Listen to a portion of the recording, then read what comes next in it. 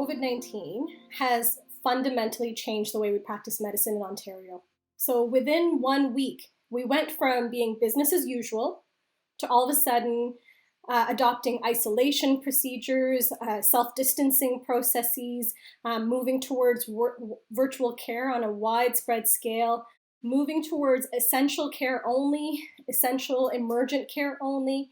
A lot of appointments got canceled. The hard part has been my patients who are waiting.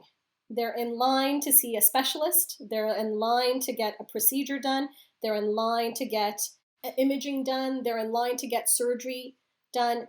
Those patients, they're beginning to suffer. We've managed to delay care for most of them for now about a month and a half, going on 2 months. But at some point, we need to move them forward. So for example, I have a young patient.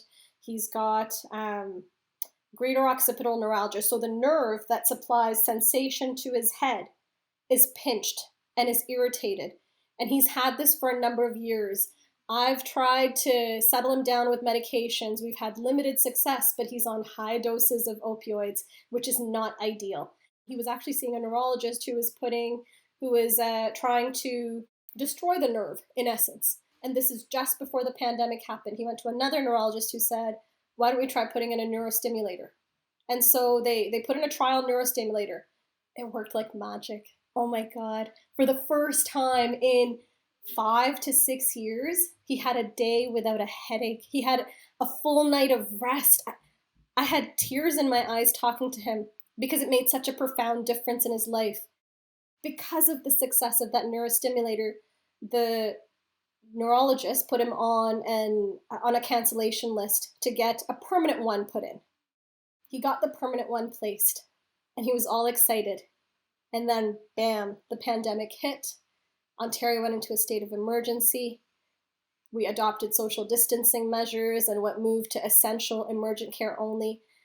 We couldn't get the neurostimulator programmed. That final step to freedom, we couldn't get it. It wears on him. It takes a toll. He is depressed now. He's hurting. And I have hundreds of patients like him. The pandemic has delayed and disrupted care for millions of patients around Ontario. I've been hearing of colleagues who found the funding models during the pandemic unsustainable. Because they're worried about closing down their practice, I can't help but worry about their patients. What are the patients on those waitlists going to do? One-size-fits-all solutions do not work in our healthcare system. And this is where we really need the government to pay attention to these frontline voices before coming down from on high with these grand solutions that look great on paper, that make all sorts of sense when you look at statistics at the population level, but that don't work in real life.